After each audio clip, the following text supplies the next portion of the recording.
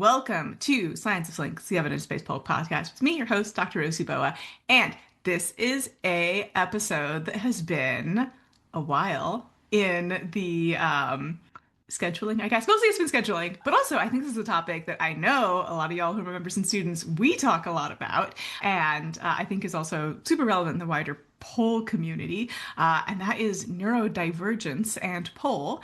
And here to talk about it with me is neurodivergent psychologist Gabby Desmond, expert in brains, and also a pole dancer, also relevant, both those things.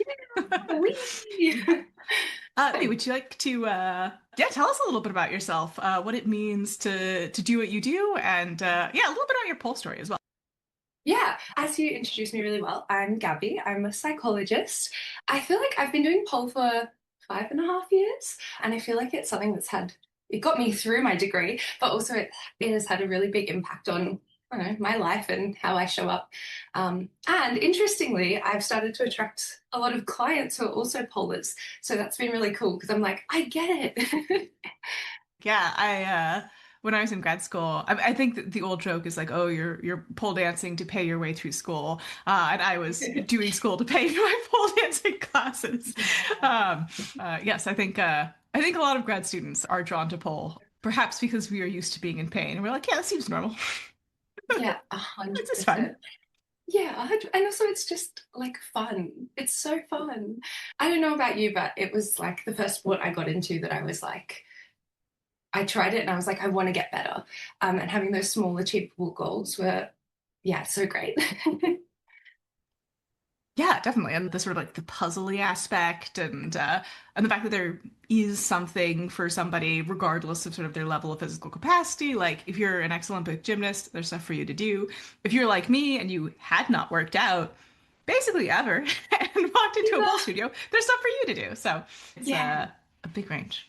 But before we yeah. get too deep into it, folks may not be familiar with this term neurodivergence, what it means to be neurodivergent. I know also that this is something where different people will place different things under this umbrella. So I'd love to hear, when you say it, what do you mean? Neurodivergence. Yeah, so neurodivergence is pretty much any brain type that is not neurotypical.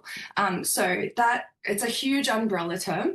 I guess like when people use it, they generally mean autism or ADHD, but it actually is any brain type that isn't neurotypical. So it can also be OCD, it can also be like BPD, literally any other type of brain, like learning disabilities, any type that isn't neurotypical. Primarily, the people that I support are autistic or ADHDers. Yeah, that's the space that I work in. Yeah, definitely. It's because I don't know, we've talked about this actually. I'm dyslexic. And for some people that's sort of like under the umbrella, and for other people less so. And it's sort of like, is this just, anyway, dyslexia is also an umbrella in and of itself, right? It's a collection of symptoms rather than necessarily one single underlying etiology. Is that the word I'm looking for? Cause. Yeah, love that. We got that. Yeah, 100%. I would umbrella it underneath. But I feel like because ADHD and autism are like, I feel like they're just really talked about at the moment. They're like very popular in media. I feel like a lot of the time when people say I'm neurodivergent, they usually will mean one of those two things. Yeah. Yeah, and I think, I mean, this could also be sampling bias for me, but I've certainly noticed that, at my studio, people I dance with, the sort of, if we're looking at the population as a whole versus just like the pole dancers that I've hung out with, the incidence of neurodivergence in the pole dancers that I've hung out with is statistically significantly higher, right? It seems to be a concentrating factor. And it sounds like that's also been your experience. Yeah, 100%. There are so many. I think it's like they're like magnets for it, right? There's so many reasons for that, I think. But it's a really great sport to become hyperfixated on and just get obsessed with and want to be there constantly. There's always like a new challenge. You get to wear cute outfits and everyone's so lovely. And so I think that and also you are doing an activity where you're focusing on your own thing, but you're also with other people. And that can be a really attractive feature of a sport for neurodivergent folk. Yeah. Yeah, and especially in a classroom setting. I mean, certainly for me, I have very structured classes. They're always the same. It's Yeah. very predictable, and a part of that is, one of my studio values is inclusion, and having predictability and knowing what's going to happen and knowing what happens next. I found has been very supportive for not just neurodivergent folks, but folks from a wide range of backgrounds who appreciate that.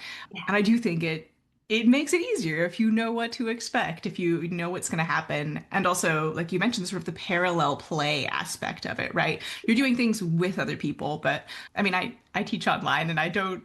Sometimes some of my students come to class together, very rarely, but like doubles is not going to be on the table for the format that Yeah. I'm teaching in.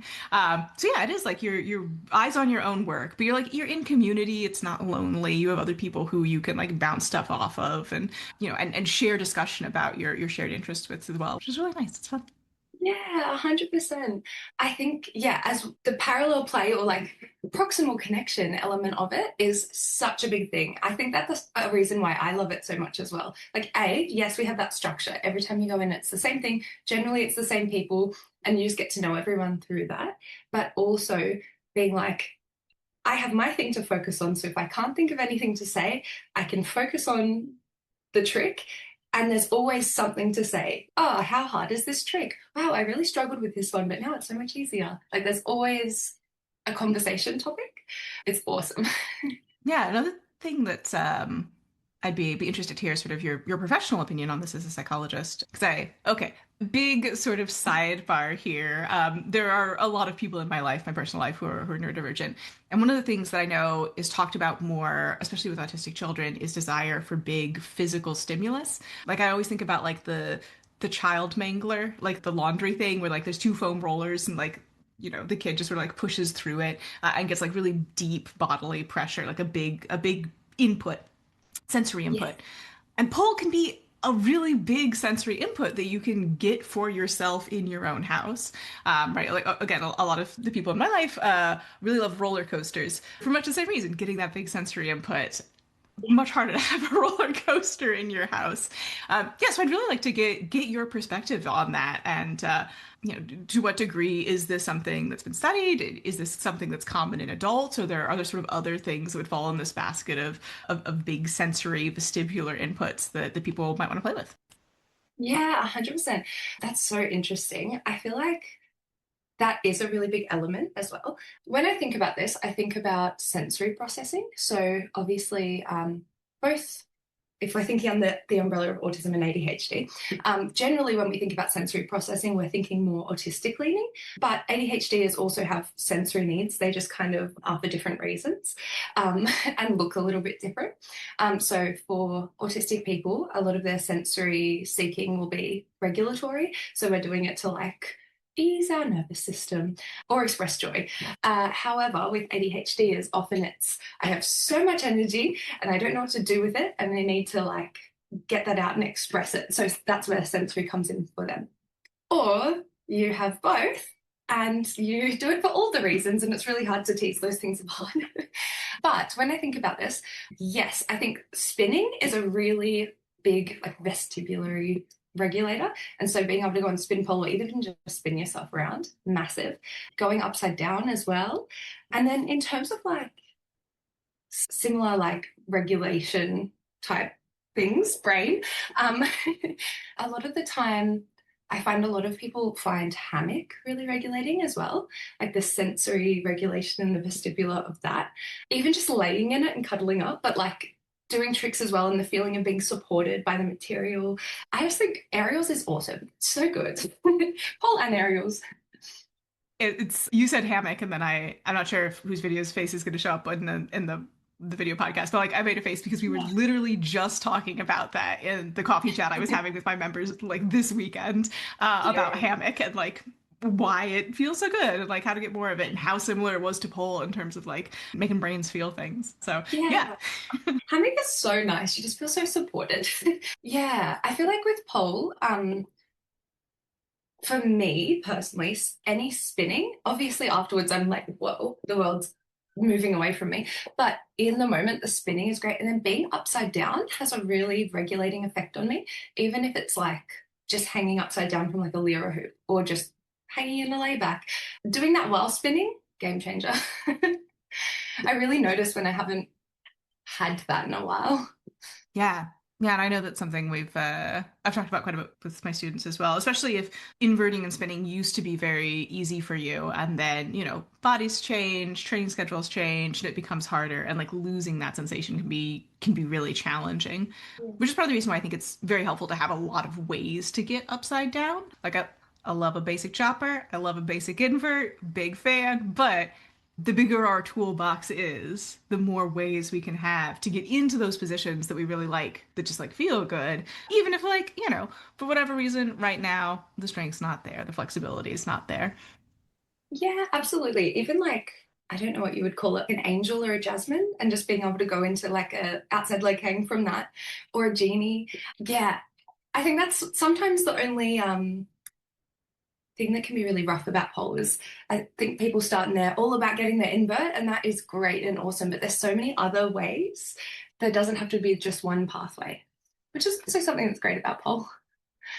Yeah. And I mean, hopefully no one who's listening is, training in a situation where they're being told there's only like one option and you have to do like this very narrow set of things. That's the only way you can properly do pole. And if you are, like, I'm not saying don't train with that person, but world's your oyster, man.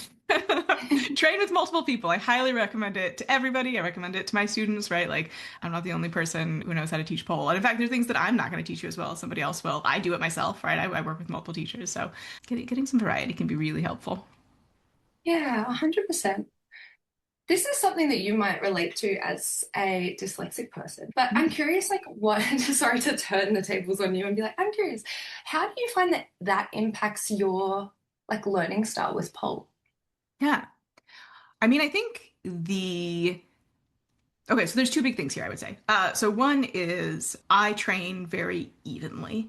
I train basically both sides of my body the same, and it is in part because I don't remember. Right? To me, in my brain, both sides are very similar in relation to myself. I have a much easier time with cardinal directions than I do with like person-oriented directions. So sighted things really, like, even if I am doing a choreography, which is that's the second thing I'm about to talk about, even if I am doing a choreography, I will do the choreography on both sides and I'll switch it. So that's been a big thing for me. And if people are like, "Oh, use your right leg to do this," I'm like, "I'm picking a leg, man. I'm just picking one. We're going with it this run." So right and left, very challenging for me. That's a big part of it. And the other thing is, yeah, like I mentioned, choreography. I find choreography very mentally challenging to hold in my brain because it's a long sequence of things, some of which are very similar. Especially counts. Counts in choreography are very challenging for me. I'm much more likely to remember choreography if it's cued to specific things in the music. Yeah. And as a result, I teach and primarily do freestyle because that lets me find the movement and find the play and find the flow without having to also like turn on the language part of my brain that is like, okay, big list of words, which is how I'm remembering moves, right? I'm remembering them as a list of words and then going through the list in the right order. Yeah. And I do it sometimes. Like I can tell it's good for me, and it's nice to try out other people's movement on my body. But it is much more mentally taxing than freestyle. And I know that's not true for everyone. I know that for some people, choreography feels much easier and is much easier on their brain than freestyle. So I'd say those are the probably the two biggest things. That and as a teacher, I struggle with names so badly, which is why it's lovely to teach on Zoom where people have their names on the box. It's a genuine challenge for me and something that I have really struggled with my entire life and probably going to keep struggling with. Something about names in my brain, they don't stick, unfortunately. That's so funny. I recently started instructing and I said to my first group of girls, I was like, I probably won't remember your name initially, but I will remember something about you. So give me a fun fact. I remember you. I just probably won't remember your name. Yeah, like I um, I know you as a person. It's just like the label is just like smeared in my brain. yeah, 100%. And I think that what you said about like your learning style and having to it being hard to hold things in your like hold the steps of a choreo in your mind or hold the steps of a trick in your mind or a combo. Um, there's probably some overlap there with like ADHDers as well, generally. And something that I find as a ADHDer is, especially when I first started doing choreo, not only was I like a newborn gazelle and had no idea what I was doing and didn't feel stable. But also trying to have the executive functioning skills to just like hold the steps in my mind enough to remember it and then do it. So challenging. Really struggled with that. And I do feel like that's something that pole has been incredibly helpful for. And I'm like, oh, I get why they get kids to do dance now. It helps to build those executive functioning skills and helps you to start to remember how to put that together. But I'm very much the same where I really struggle with hearing the music and then applying the movement. I have to have like the cues in the music to go, oh, and I'm supposed to hit it at this point. Yeah, 100%. And often, do you know what your learning style is? Yeah. I have been told different things through the years, and I personally, as it stands, am not super convinced that they are stable. But I do think it can be useful for people to think about different ways of providing information. Um, Yeah. but yeah, I think in poll, if we were doing it in sort of like the traditional learning style framework, which again, I'm like probably kinesthetic because there is, when I am in my movement, I am nonverbal. Like when I'm in a flow state, I'm just doing things, I'm connecting with the poll, I'm connecting with the music. I might hear the lyrics of the music somewhat, but I am like my internal monologue is off. There are no words going. And usually I have like a spoken internal monologue, which again, not everyone does. There's individual variation here, but usually I have a spoken internal monologue. And when I'm really in my flow, it is off.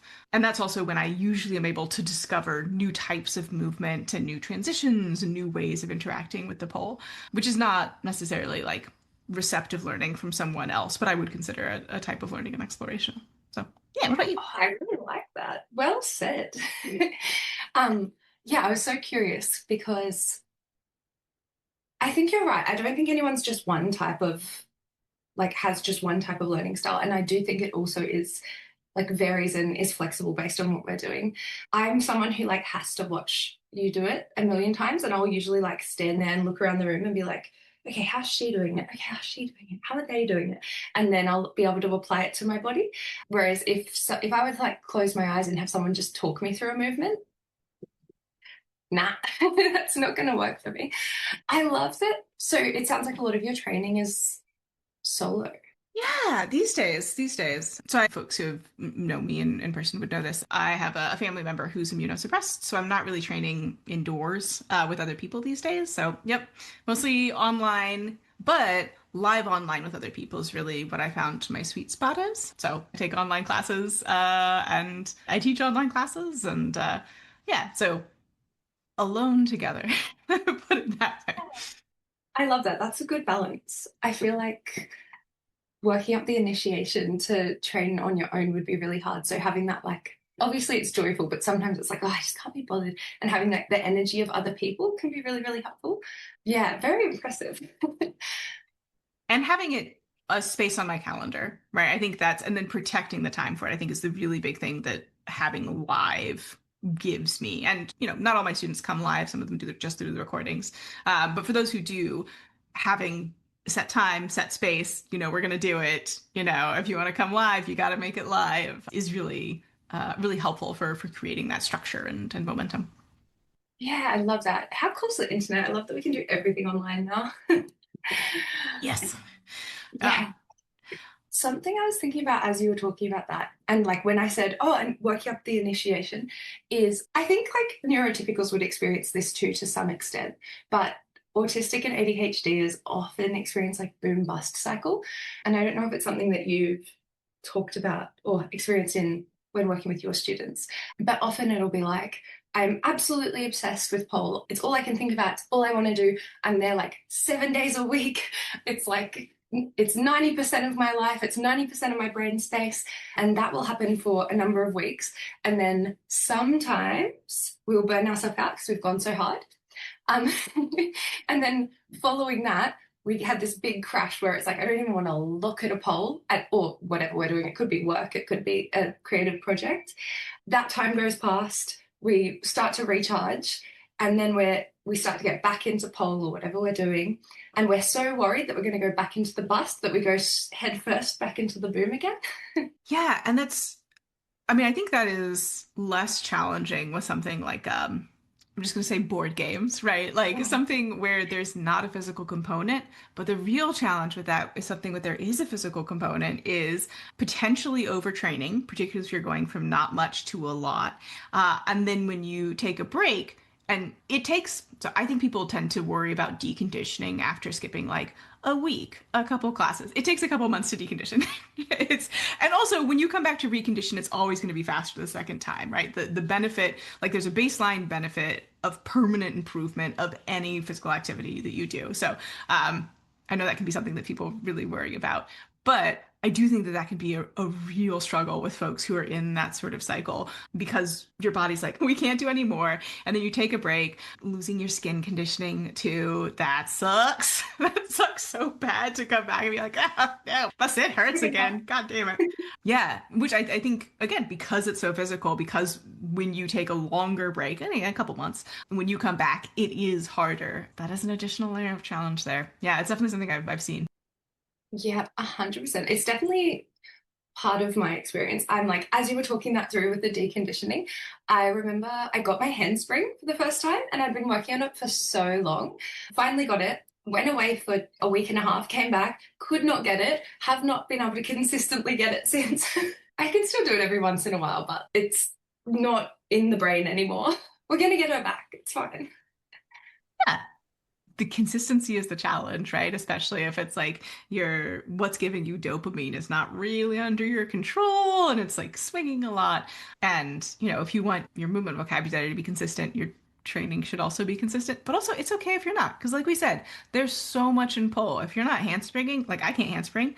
Believe me, if I sit down to like do my own training and work on things that I think are fun, I got a roster. I got so many options. I could never train all the things that like I'm sort of interested in working on in even like a week of 3 hour pull sessions. Like I just never get to everything. So I think it can be helpful when you have that situation where you've been working towards something and then you lose it to be like, okay, yes, It's I'm not gonna hang out with that friend for a while, but I got a whole bus of other friends over here who are like, come on in. yeah, Remember spins? 100%. Spins are great. Yeah, it's good stuff. Yeah, 100%. And also, like, when I'm in that kind of a funk, I like to go back and do the tricks that I find I don't even have to think about anymore. Because then I'm like, remember when this was so hard? And it like brings that dopamine back. Or I'll do like a class that's a little bit of a lower level than where I'm at. And I'm like, I'm actually killing it. I just need to take a step back and get some perspective. Yes, Yeah. absolutely. A big thing in my own teaching is that my goal for people who train with me is for you to master a core pole vocabulary. So there's a selection of tricks that I don't know. The trick inflation, right? Like when I started pole, and let me check the math. Almost 15 years ago, uh, one bungee was the coolest thing a person could possibly do.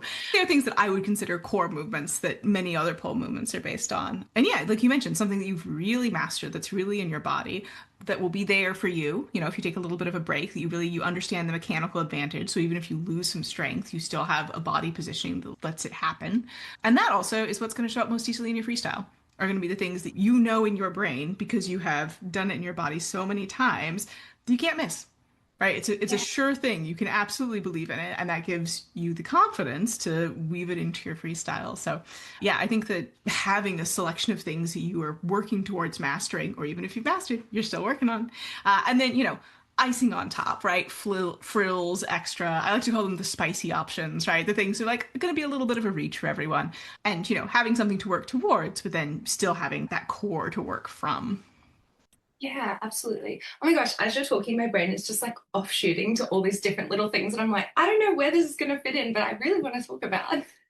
Okay, one of them was from all the way back when we were talking about sits. You had mentioned the pain of sits and how it like you can get deconditioned. Something that I find so interesting, or like something that comes up a lot with neurodivergent folk, is our interoception's a bit different. So interoception, like the ability to notice what's happening in your body, both emotions and like physical sensations.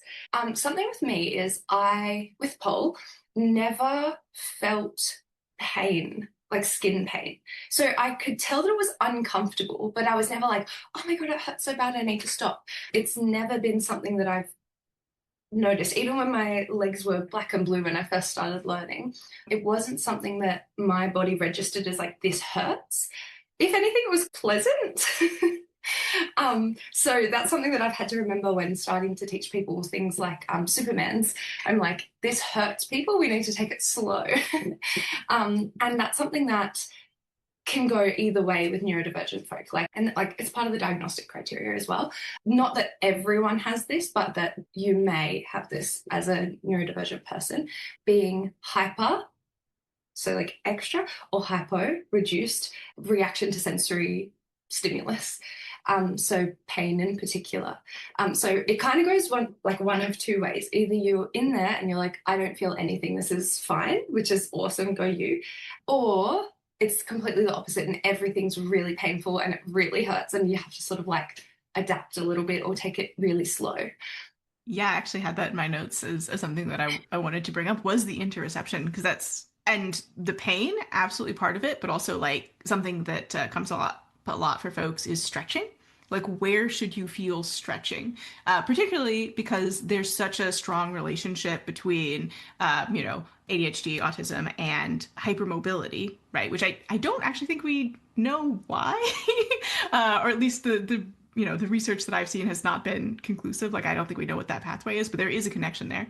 And if you're like, oh, you should feel a stretch, and you feel a stretch, in the joint itself, as opposed to in the muscles around the joint, being able to like notice that that's what you're feeling, especially if you are starting with, joints that are atypical to begin with, and then B, a different sense of interoception is really challenging. And it's something that I try to be really mindful of in my teaching because I think a lot of flexibility teaching in particular is done very visually. Like, this is the position, get into it. And you can absolutely, especially if you're hypermobile, get into a position where you are not stretching your muscle, you're stretching your joints, you're stretching your tendons and ligaments. And that's not the point of flexibility training. You don't need to stretch them. You need to stretch the muscles. It's so funny you say that because I'm not hypermobile at all, but I've torn my hamstrings twice just stretching.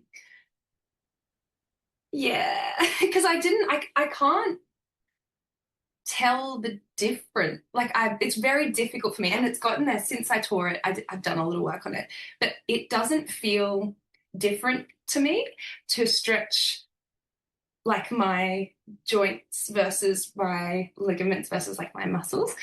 So one time I was training for the splits and it didn't hurt at all. And I snapped my hamstring and I didn't feel anything really. I could just tell it was weaker. And then, yeah, doing like pancake straddle sits and just leaning back and forward, it just snapped, which is bizarre. But now I was also recording. So now I get to show people and be like, don't do this. Take it easy. For the split stretch, were you doing a passive stretch? Yeah, so we were just like in doing and this was after I think it was my third hour of training, so I wasn't cold or anything. It was right at the end of the class, and we were just doing like front split holds, and I didn't have a micro bend in my knee. My front leg was straight, and so I lowered down, and I think it tore like almost at my glute, that sort of back of my leg area, because there was too much strain in the leg. And I was so close to the floor at that point, and now I'm so far away.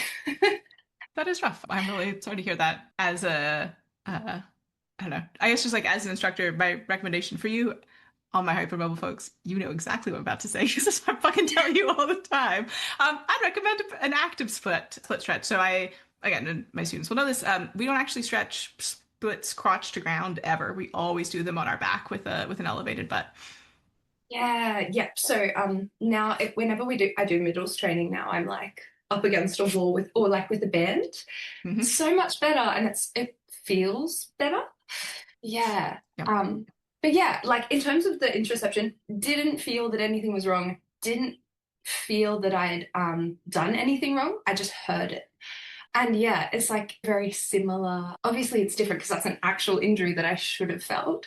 But yeah, when it comes to like grip points, legs feel nothing. Armpits, maybe I feel a little bit of discomfort.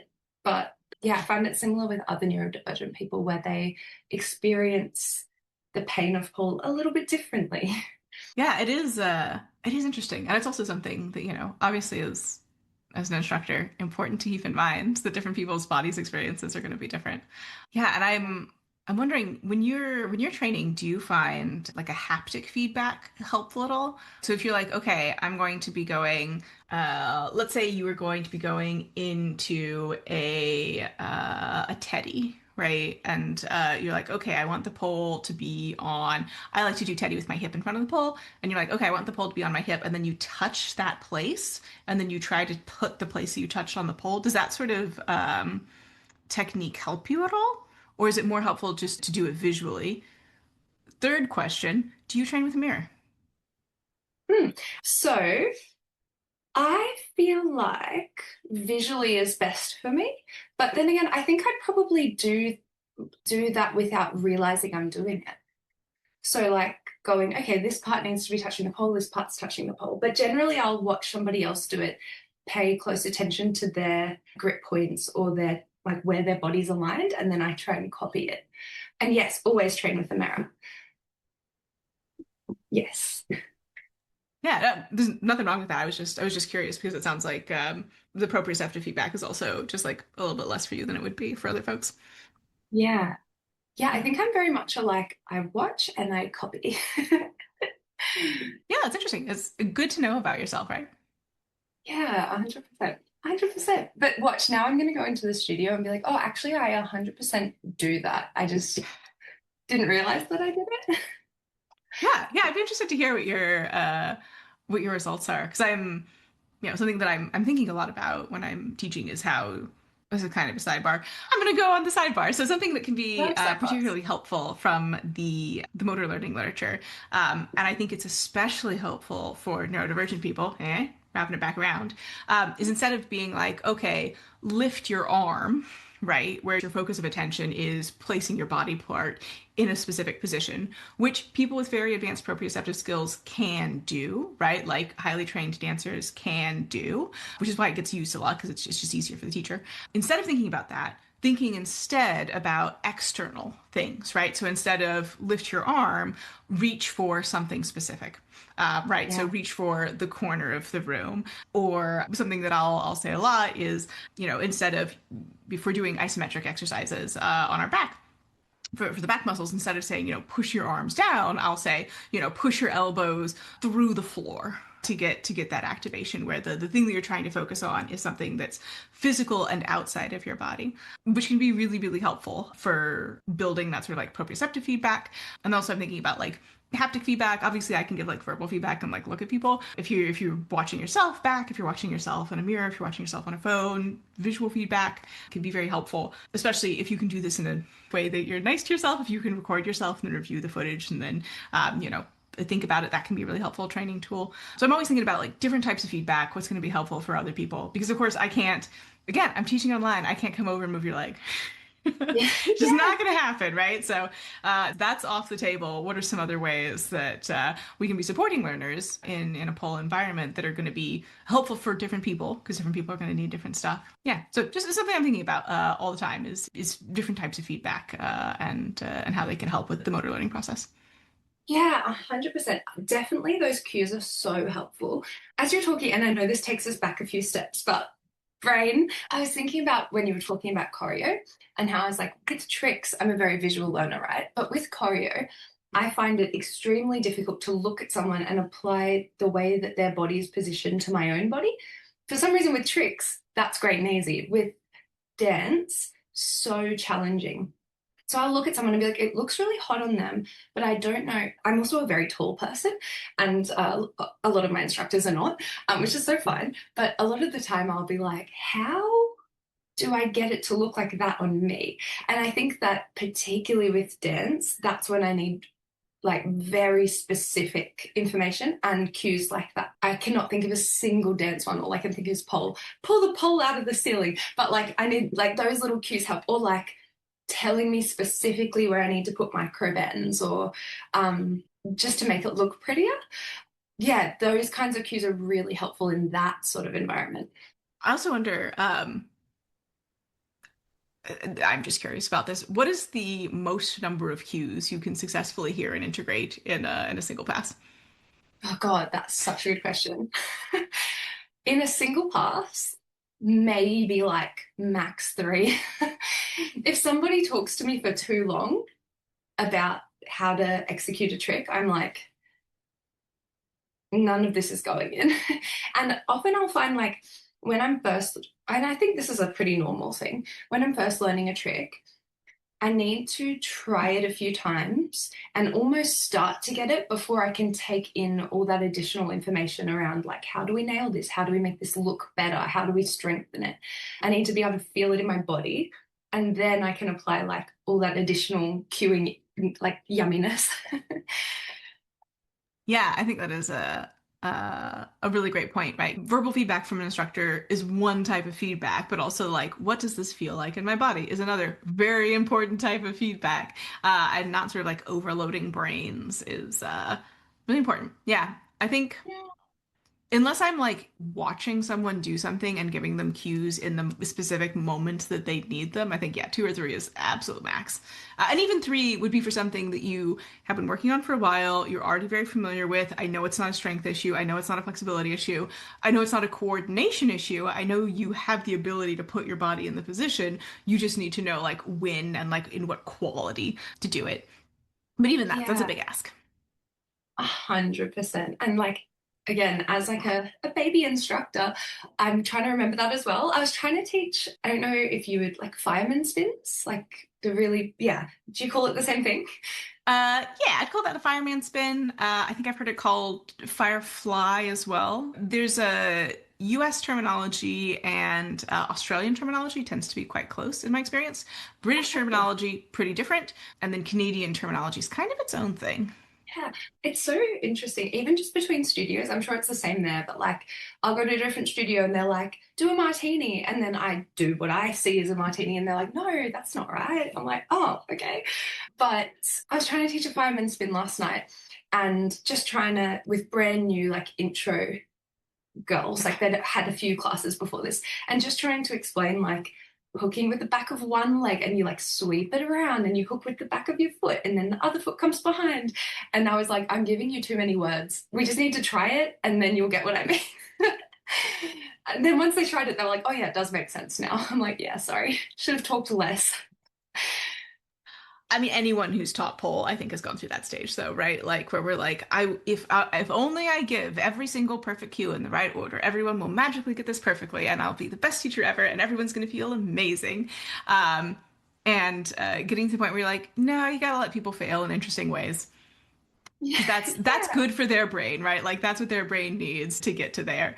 And I am not comparing pole dancers to dogs, but are you familiar with shaping from animal Yeah. training? Yeah, so shaping is this training technique where like when they do something kind of like it, you're like, yes, more of that. And then they do something even more like it, and you're like, yes, more of that, right? And then the feedback is like it's like vector, right? Like you're moving towards something rather than like expecting, the dog to immediately like roll over with no additional information. I think Yeah. sometimes, too much information that's like also not perhaps the specific information a specific student needs is like just like saying sit to a dog that does not speak English. This dog doesn't know, man. Yeah, you want something, it's gonna try, but it just like it doesn't have the background. It doesn't know how to do the thing that you want it to do. Yeah.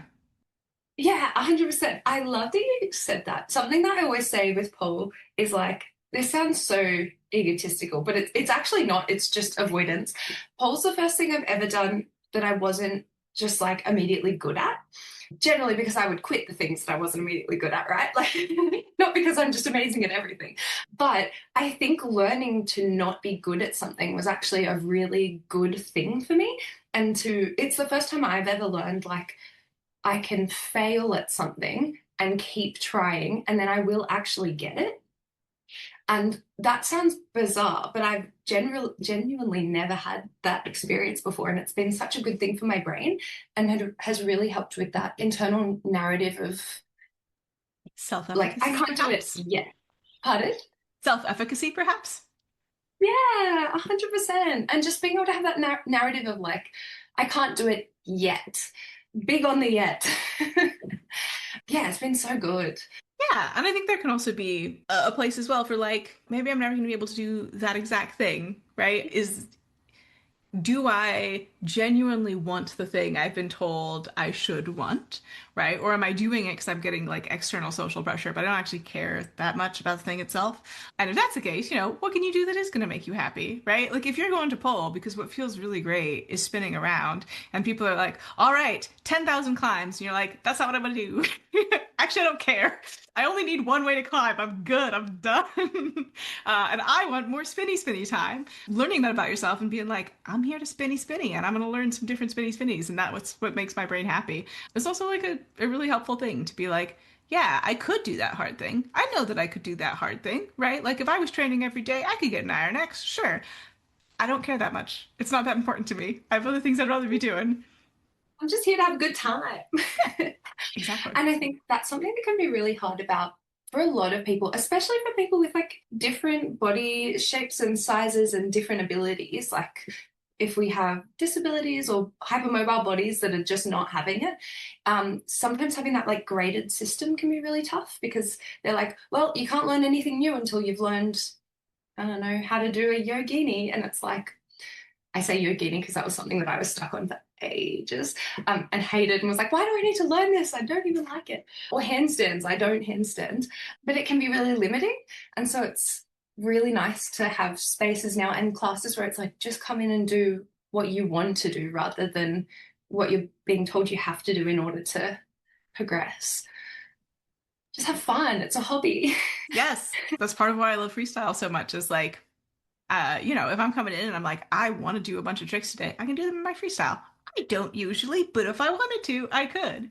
And just being in charge of myself, right? And being in charge of my movement and having a space where that's not only allowed but celebrated is so rare in our society, right? Like, where can you go and genuinely move however you want and people will be chill with it? That is a short list. That is a short list of places, especially like where you can be with a variety of other people who you may not know super well, but like you're going to be able to support each other and be like, yeah, hell yeah, I'm into it. I support you. Do what you're doing. It's uh, it's special. I think it's one of the things that makes pole so special. Yeah, absolutely. And like, I might have just been really, really lucky, but with the studios around me, I've been to quite a few of them and everyone is so nice. And I don't know if it's because there's such a variety of people or there are so many neurodivergent folk, but I've never walked into a room and had strangers just immediately be so sweet and there's like this kinship immediately. It's really nice. It's such a good social space, low demand social space. Pole is great. Oh, is great. To summarize, Indeed. We're gonna move on time. I don't wanna keep you too long. But if folks wanted to learn more, follow you, see what you're up to, maybe work with you because you are a psychologist, where would they find out more about you?